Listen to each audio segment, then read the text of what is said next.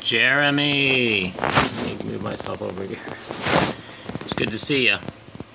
So, I want to thank you for swinging by and spending time. I know you went out of your way to hang out with me, so I greatly appreciate that.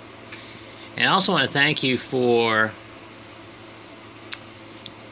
giving me pause to think about the whole Syria thing and pulling out our troops and so forth. I didn't have a strong opinion about it, other than I believe, and you and I differ in this opinion, that it's way past time to bring our troops home. And I get the part about, you know, hey, the Kurds were our allies and are our allies, and now it's like leaving a brother behind.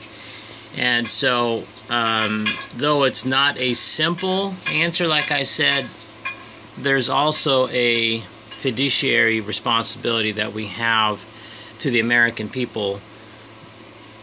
That's you and me. Okay, we're paying and funding this war, this endless war.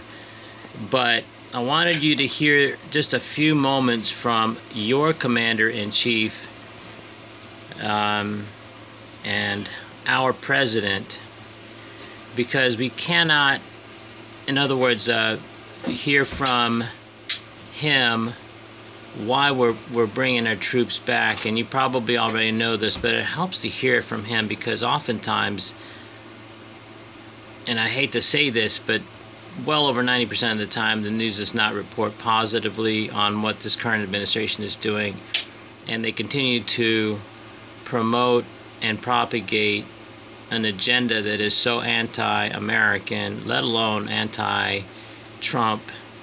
And when it's anti-American, obviously it goes without saying that it's anti-you and me and everybody else that you and I care and love,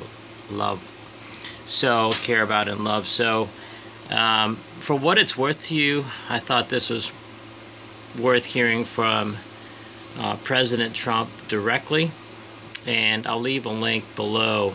So if you decide that you want to hear the rest of it, the whole speech in its entirety in this rally, I think it was in Minnesota, is so on point. And again, the media does not report on it, so it's up to you and me to look for the truth, to continue to search for it and defend it, as well as promote it, which is really part of my mission given the times that we're living in, and I trust that it's the same for you as well. So I even have to filter some of the most, the only conservative news network out there, and that seems to be Fox. But Fox, as I understand, Fox News is all the other outlets like MSNBC, CNN, CBS, all of those news outlets are opposition. Fox News is now considered controlled opposition. It's almost too much to get into right now, but here's President Trump speaking at the rally, and at this point in his speech, which as you can see at the timeline below, he starts talking about Syria.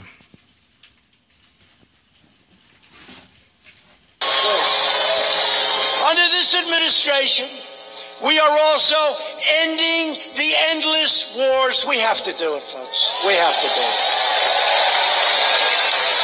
We have totally defeated the ISIS caliphate, and I did that in rather quick time, if you remember, because we have the greatest fighting machine now. When I came in, it was totally depleted. We have great generals. We have great war fighters, and they did it so fast. I flew to Iraq. I met with the generals, right? I met with the generals. I said, I hear it's going to take a year to 2 years. Sir, we could do it in 2 weeks. I said, what? They don't let us fight, sir. They don't let us fight. We want to fight. They don't let us fight. I said, I let you fight. I said, how come if they say it's going to take anywhere from a year to 2 years, you say you can do it so quickly? He said, sir, we're going to hit him from the front. We're going to hit him from the back.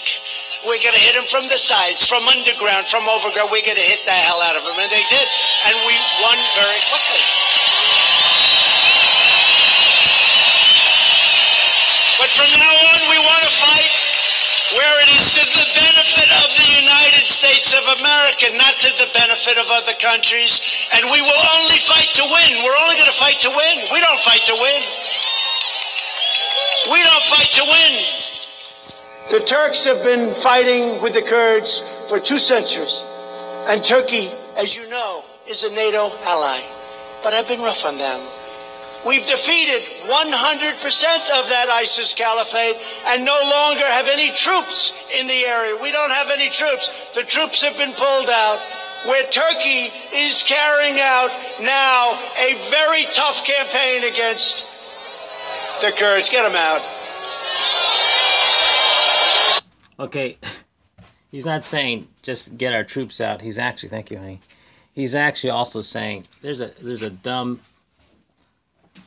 protester that got in, and this is like, if you watch this whole thing, this is like the 3rd interruption. But thank goodness for law enforcement and security, they got this guy out of there quickly. So that's what this whole thing is about. You may have seen some of this in some of his other rallies.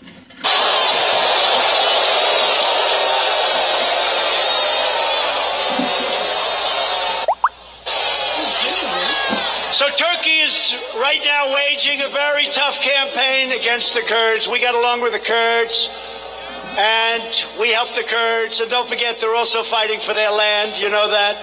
But they're fighting. So we have 3 choices. You ready? Here are the 3 choices. We don't have any soldiers there because we've left. We won. We left. Take a victory, United States. We left. Take a victory. Take a victory.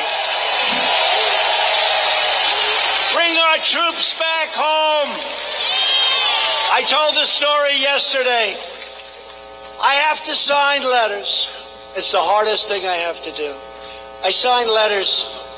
Dear Mr. and Mrs. Smith from Arkansas.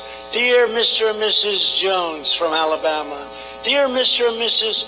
somebody from some great state.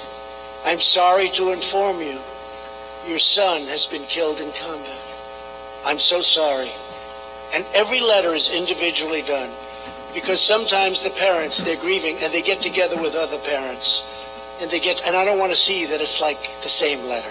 So we do different letters. It's the hardest thing I have to do. Hardest thing. Okay, I'm going to pause it there. He goes on to say other things that are relevant to our conversation with regards to pulling our troops out. So if you want to listen to it, I'll leave the link below. So other than the, I think it was $8 trillion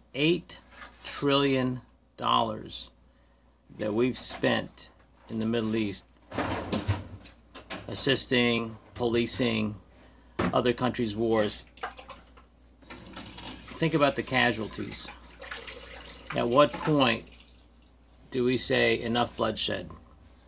These are other people's wars. I get that we're living in a global economy and all of that, but our own nation, Jeremy, has been so neglected, and prior to Trump was heading down a trajectory that you and I, had Trump and others, had they not stepped up, you and I would be living in a country that you and I would not recognize. And that includes religious freedom, not to mention opportunity. So with that, thanks again for stopping by. It was good to see you. And continued prayers for your success and guidance. And thanks again for serving. Love you, man. Do good. Talk to you later.